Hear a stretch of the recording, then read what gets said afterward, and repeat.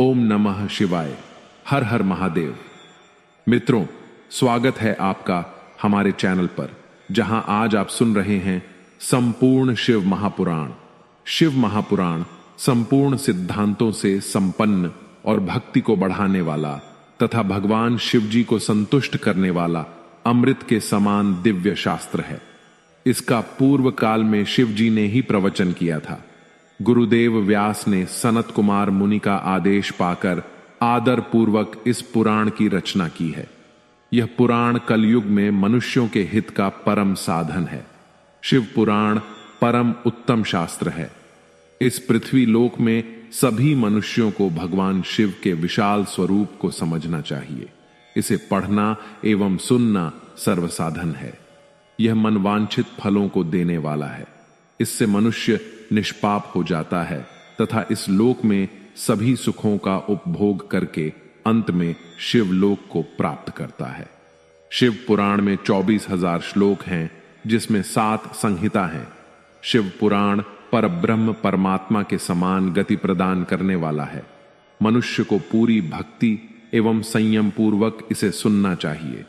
जो मनुष्य प्रेम पूर्वक नित्य इसको बांचता है या इसका पाठ करता है, वह निसंदेह पुण्यात्मा है।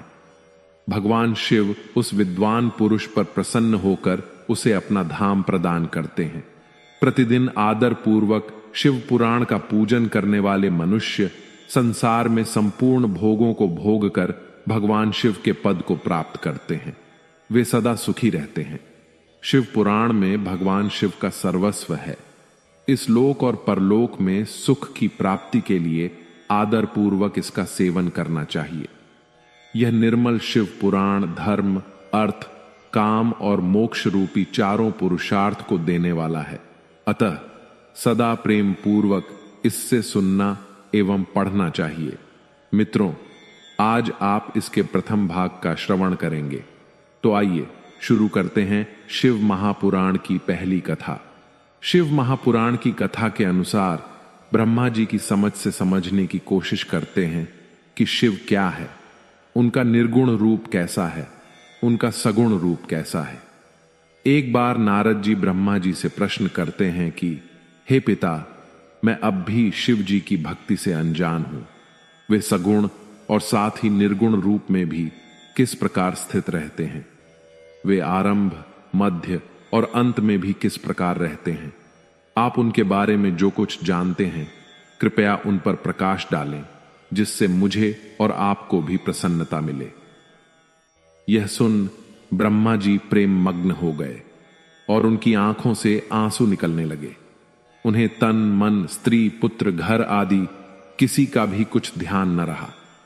कुछ देर बाद जब वह पुनः सचेत हुए तो शिव शिव कहते तथा शिव जी का ध्यान करते हुए हंसकर बोले, हे नारद, तुम्हें बहुत धन्यवाद है। तुमने मेरे संपूर्ण कुल का कल्याण कर दिया है, क्योंकि तुम्हारे हृदय में भगवान सदाशिव की भक्ति उत्पन्न हुई है। हे पुत्र, मैं सर्वप्रथम अपनी बुद्धि के अनुसार शिव जी के निर्गुण चरित्र का वर्णन करूंगा। उसके बाद उनके सगुण महिमा को कहूंगा। तुम्हें यह जान लेना चाहिए कि जिस समय सृष्टि का कहीं चिन्ह भी नहीं था, उस समय भगवान सदाशिव ही निर्गुण रूप से सर्वव्याप्त सच्चिदानंद स्वरूप एकमात्र परब्रह्म थे। वे भगवान शिव ही सत्य और परमात्मा के रूप हैं। वे वचन के स्वामी हैं और नाम रूप से हीन हैं। वे न तो किसी के वशीभूत होते हैं और न ही कोई उनका आदि या अंत जानता है। वे किसी के वशीभूत ना होकर संपूर्ण सृष्टि के स्वामी बने हुए हैं। वे ही मनुष्यों के कर्मों के साक्षी हैं तथा सर्वव्यापक होते हुए भी सबसे भिन्न रहते हैं। हे नारद, योगी लोग उनका भजन करते हैं, परंतु उनके आदि और अंत को नहीं जान पाते। वे निर्गुण स्वरूप वाले प्रभु बिना कान के ही सब कुछ सुन लेते हैं, बिना आंख के ही देख लेते हैं, बिना मुख के ही संपूर्ण पदार्थों का भोजन करते हैं, बिना जीवहा के संपूर्ण विद्या को पढ़ते हैं। जिन स्वामी की ऐसी विचित्र महिमा है, उनकी स्तुति भला किस प्रकार की जा सकती है। इन निर्गुण स्वरूप भगवान सदाशिव ने अपने मन में जब यह इच्छा की कि हम एक से अनेक हो जाएं, उस समय वे सगुण स्वरूप हो गए। उनके सगुण और निर्गुण रूप में कोई अंतर नहीं है। उन्होंने ही विष्णु ब्रह्मा को उत्पन्न किया और वे ही संपूर्ण प्राणियों में प्रतिष्ठित विराट स्वरूप हैं। ब्रह्मा जी बोले, हे नारद, अब तुम उन त्रिशूल पाणी भगवान शिव के उस सगुण स्वरूप का वर्णन सुनो, जिसका स्मरण करने से ही संपूर्ण पाप नष्ट हो जाते हैं। अपने सगुण स्वरूप में वे मस्तक पर जटा झूठ और गंगा जी को धारण करते हैं। उनके भाल पर चंद्रमा की कला और धनुष आकार त्रिपुंड विराजमान है। वे कानों में कुंडल पहने हैं और सूर्य, चंद्रमा तथा अग्नि सामान 3 लाल नेत्रों को धारण किए हुए हैं। उनका प्रभातकालीन सूर्य के समान पहला मुख पूर्व दिशा और दूसरा मुख दक्षिण दिशा की ओर रहता है। उनके नीले कंठ में 3 लकीरें हैं। उस कंठ में विराजित हलाहल की क्षमता भक्तों के मन को यूं ही हर लेती है।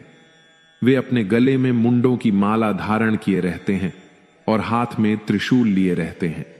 ऐसे संपूर्ण कलाधारी शिव जी के पवित्र स्वरूप के स्मरण करने मात्र से ही संपूर्ण दुख दूर होते हैं और परमानंद प्राप्त होता है। ओम नमः शिवाय दुनिया का आरंभ और अंत दोनों ही शिव जी द्वारा हुआ है।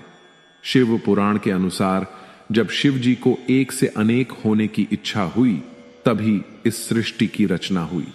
शिव जी ने सबसे पहले उनकी अर्धांगिनी जगत जननी मां जगदम्बा अर्थात शक्ति को प्रकट किया। उसके बाद उन्हीं भगवान सदाशिव ने ब्रह्मा और विष्णु की उत्पत्ति की। महाशक्ति उमा को प्रकट करने के बाद उनके मन में आया कि कोई रचनात्मक कार्य किया जाए। तब उन्होंने भगवती उमा से कहा, हे प्रिय, हमें एक ऐसा मनुष्य उत्पन्न करना चाहिए जो सब विद्याओं में पारंगत हो और जिसके ऊपर हम संपूर्ण संसार का भार छोड़ सकें। शिवजी के मुख से निकले हुए इन शब्दों को सुनकर भगवती जगदम्बा जी ने अपनी बाईं ओर देखा तो उनकी इच्छा से तुरंत ही एक मनुष्य की उत्पत्ति हुई। वह मनुष्य अत्यंत रूपवान, कलावान, बुद्धिमान तथा शीलवान था। उसका संपूर्ण शरीर श्याम वर्ण चंद्रमा जैसा था। उसका प्रत्येक अंग सुडोल एवं परम सुंदर था। वह संपूर्ण विद्याओं का निदान, महाप्रतापी, सिद्ध रूप तथा पवित्र था। वह उत्पन्न होते ही भगवान सदाशिव एवं भगवती उमा के सम्मुख हाथ जोड़कर खड़ा हो गया।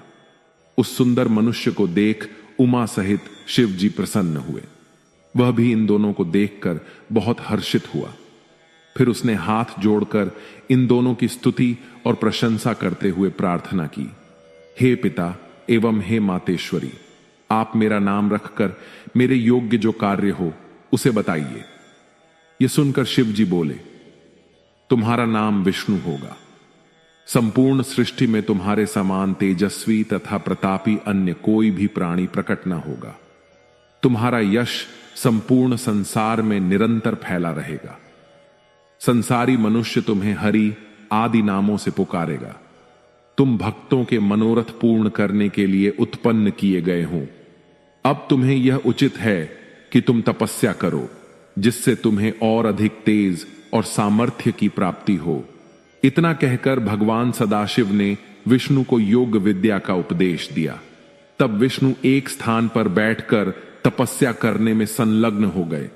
वे सहस्त्र वर्षों तक एक ही आसन पर बैठ योग साधना द्वारा भगवान सदाशिव का ध्यान करते रहे। परंतु जब उन्हें तपस्या का कुछ भी फल प्राप्त नहीं हुआ तो उनके हृदय में अत्यंत शोक हुआ।